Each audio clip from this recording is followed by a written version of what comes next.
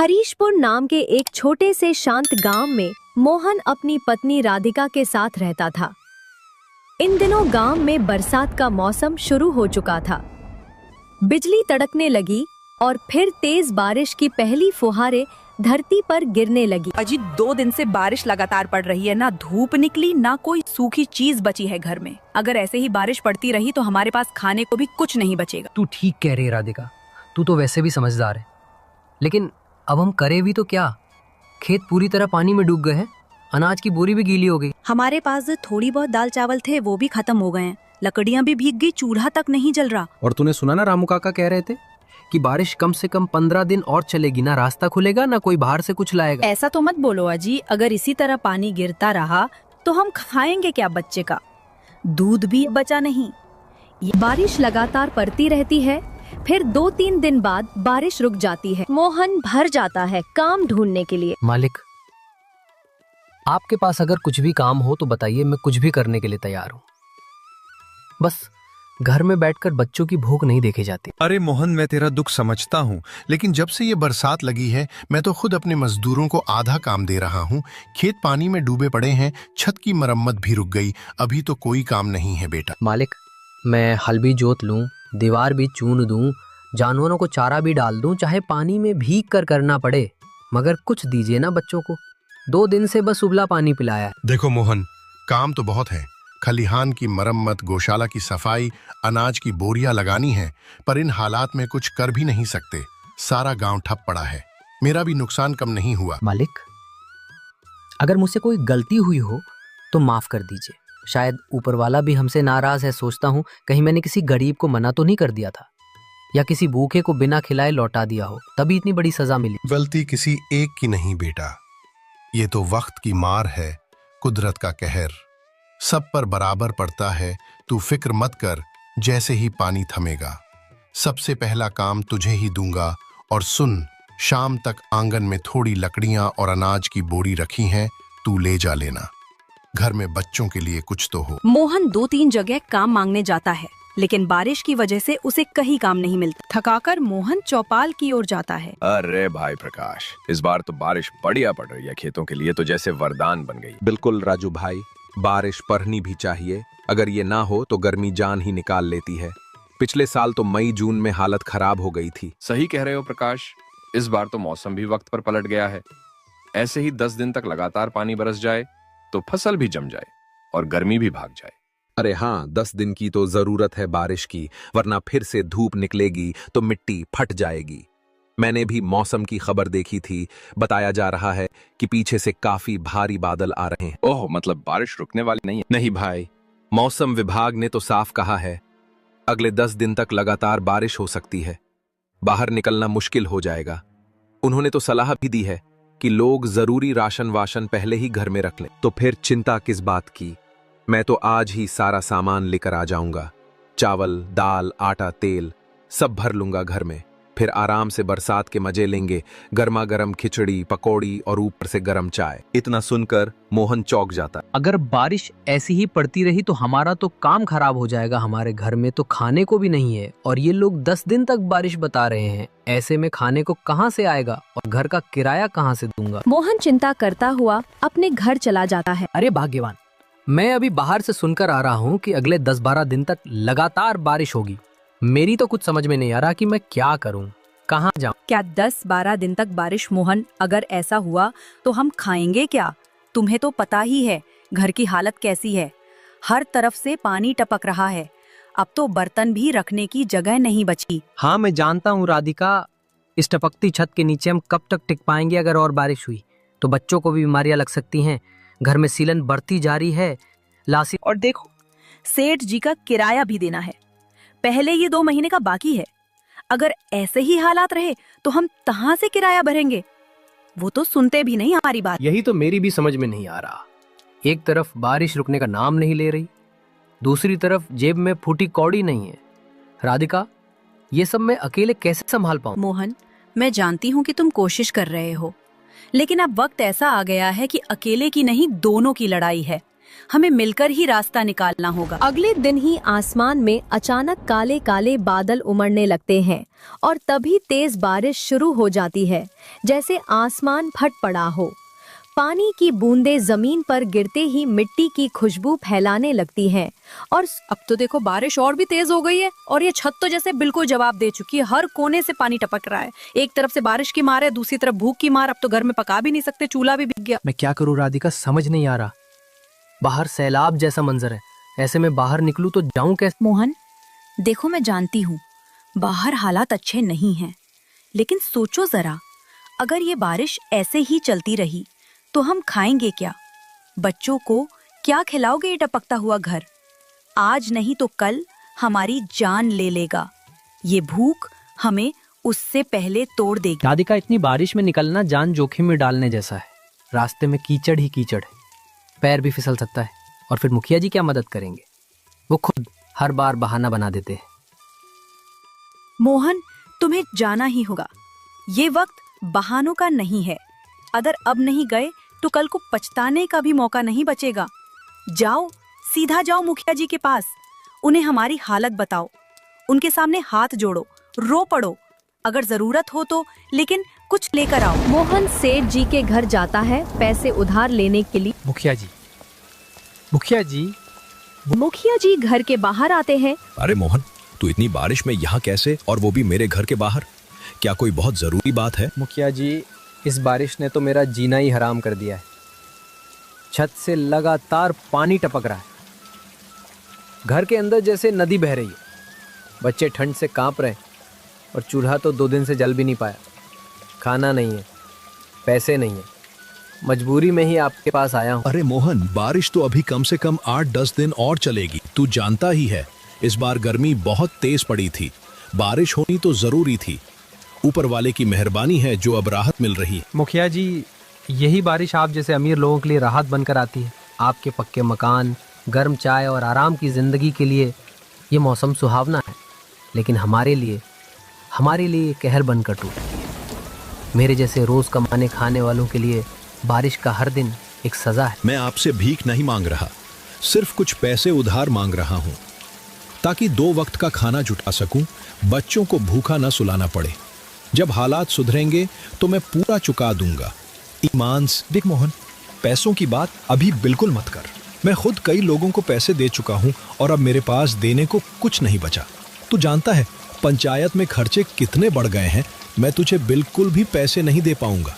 तू कहीं और से इंतजाम कर ले, किसी और के पास जा। और हाँ, बारिश तो सबके लिए आई है। फर्क इतना है कि कोई भीगते हुए सहता है और कोई छत के नीचे बैठकर देखता है। मोहन लौटकर अपने घर आने लगता है। कभी मोहन के घर सेट आता है, घर का किराया लेने। सुनो राधिका, मुझे अपने घर का किराया चाहिए। वैसे भी 1 महीने का किराया ज्यादा हो चुका है, अब और देर बर्दाश्त नहीं करूंगा। जी, मोहन किराया लेने गया है, उसके आते ही हम आपको पूरा पैसा दे देंगे, बस थोड़ा समय दे दीजिए। देखो राधिका, मुझे बहानों की जरूरत नहीं है। जो भी है साफ साफ बोलो। किराया अभी दो, वरना इस घर से निकल जाओ। सेठ जी, हम कहाँ जाएंगे बाहर? इतनी तेज बारिश हो रही है, घर के आगे पानी भर गया है, छत से पानी टपक रहा है। हमारे पास इस वक्त कुछ भी नहीं है, खाना तक नहीं है। हम पर ऐसा अन्याय मत कीजिए। देखो राधिका, बारिश के वक्त हमें भी खाना चाहिए। तुम लोगों की दिक्कत मैं हर बार नहीं सुन सकता। ये बारिश 1 दिन की नहीं, 10-12 दिन तक चलने वाली है। सोचकर ही मैं पहले ही आगाह कर रहा हूँ। सेठ जी, बस 1 दिन और रुक जाइए, मोहन आते ही आपसे बात करेगा। हम आपको आपका किराया जरूर देंगे, अभी तो हालात बहुत खराब है। सेठ राधिका और उसके बच्चे को घर से बाहर निकाल देता है और वहाँ से चला जाता है। तभी मोहन अपने घर आता है और बारिश में राधिका को खड़ा हुआ देखकर बहुत ही चौंक जाता है। राधिका, तुम इतनी तेज बारिश में यहाँ घर के बाहर क्यों खड़ी हो? क्या हुआ? मोहन सेठ सिंह जी आए थे किराया लेने। मैंने उन्हें समझाने की बहुत कोशिश की कि तुम पैसे लेने गए हो, मगर उन्होंने कुछ नहीं सुना। बोले कि बहाने बहुत सुन लिए, अब 1 दिन भी नहीं रुक सकते, और हमें घर से बाहर निकाल दी। उन्होंने इतनी बारिश में तुम्हें बाहर निकाल दिया, उन्हें जरा भी इंसानियत नहीं है। लेकिन मोहन, इतनी बारिश में हम वहां तक जाएंगे कैसे? कीचड़, पानी, अंधेरा, हमारे पास छाता भी नहीं है और तुम भी तो थके हुए हो। राधिका, जब तक हम दोनों साथ हैं कोई भी रास्ता मुश्किल नहीं। ये सब हालात हैं जो हमेशा नहीं रहे। मोहन, राधिका और उनका बच्चा तीनों बारिश में चल पड़ते हैं। थोड़ी दूर चलने के बाद उन्हें एक कंटेनर दिखता है। उसके पास उसका मालिक खड़ा होता है। सेठ जी, अगर आप बुरा ना माने तो एक बात कहूँ? हाँ हाँ मोहन, कहो क्या बात है? सेठ जी, ये जो कंटेनर आपने यहाँ फेंक रखा है, क्या ये पूरी तरह से खराब है? हाँ मोहन, ये कंटेनर अब किसी काम का नहीं रहा। जंग लग चुका है, अंदर का सामान भी निकाल लिया गया है। मैं तो इसे यहाँ से हटवा ही रहा था। सेठ जी, मेरे पास अब रहने के लिए कोई जगह नहीं बची। बारिश के कारण झोपड़ी भी बह गई है और किराया न देने की वजह से मालिक ने घर से निकाल दिया। अगर आप इजाज़त दे तो क्या मैं इस कंटेनर को ही अपना छोटा सा घर बना लूँ? मैं इसे साफ कर लूँगा, ऊपर कुछ तिरपाल डाल लूँगा, कम से कम सिर पे छत तो होगी। तुम्हारी आंखों में मजबूरी साफ दिख रही है मोहन। ये जमाना गरीब को जीने नहीं देता।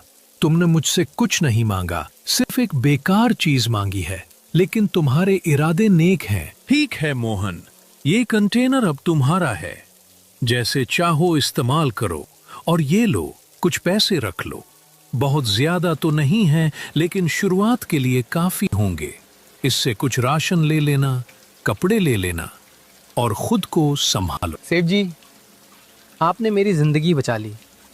भगवान आपको इसका बहुत अच्छा बदला दे।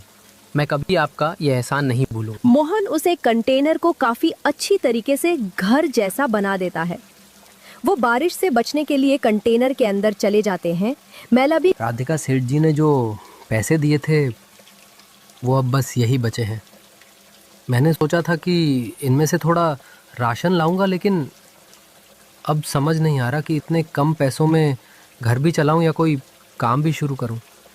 तुम ही बताओ अब क्या किया जाए। देखो मोहन, जब वक्त बुरा आता है ना, तो अपने भी पराये बन जाते हैं। इस बरसात में किसी ने हमारी मदद नहीं की, ना मुखिया जी, ना मोहल्ले वाले, किसी ने नहीं। ऐसे में हमें ही अपने लिए रास्ता निकालना होगा। इन पैसों को यूं ही खर्च कर देने से बेहतर है कि इनसे कुछ काम शुरू किया जाए। ऐसा काम जो ज्यादा बड़ा ना हो, लेकिन कमाई दे और बरसात के मौसम में चले भी। देखो मोहन, इस बारिश में लोग घर से निकलते तो हैं, लेकिन उन्हें गरम खाने की तलाश होती है। बारिश और गरम चाय के साथ अगर कुछ तला भुना मिल जाए तो लोग मना नहीं कर पाते। मुझे लगता है तुम समोसे का ठेला खोलो।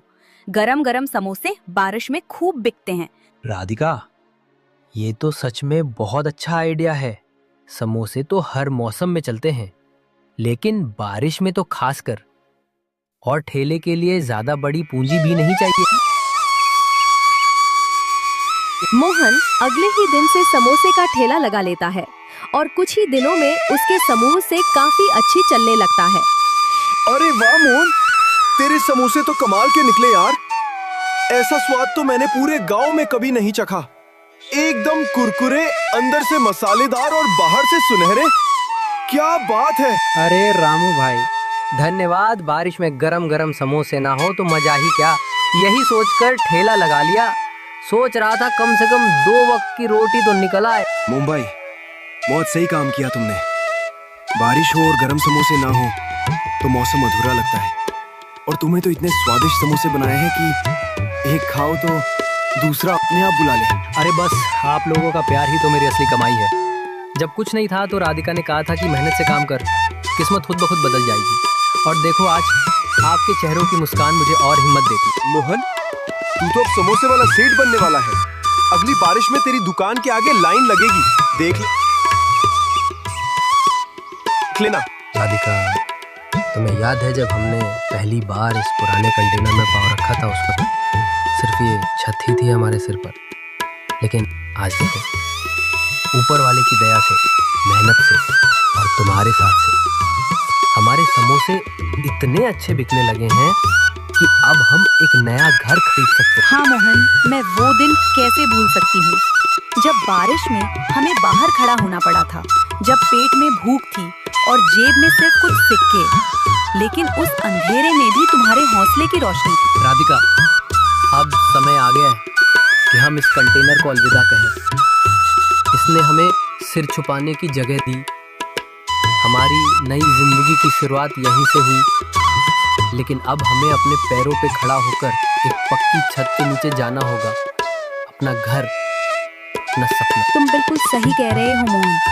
हमने दिन रात मेहनत की, हर बारिश में जलते चूल्हे के पास खड़े रहकर समोसे तले और हर ग्राहक की मुस्कान से हौसला मिला। अब वो मेहनत रंग लाई है। मैंने बाजार में एक छोटा लेकिन साफ सुथरा मकान देखा है। थोड़ी दूर है लेकिन माहौल अच्छा है। सोच रहा हूँ कल जाकर मालिक से बात कर लूँ, कुछ पैसों की व्यवस्था और कर लेंगे, लेकिन अब पीछे मुड़कर नहीं देखना है। अब मोहन और राधिका के चेहरे पर सुकून साफ झलक रहा था। बरसों की मेहनत रंग लाई थी। उन्होंने एक छोटा सा मगर सुंदर सा घर लिया था।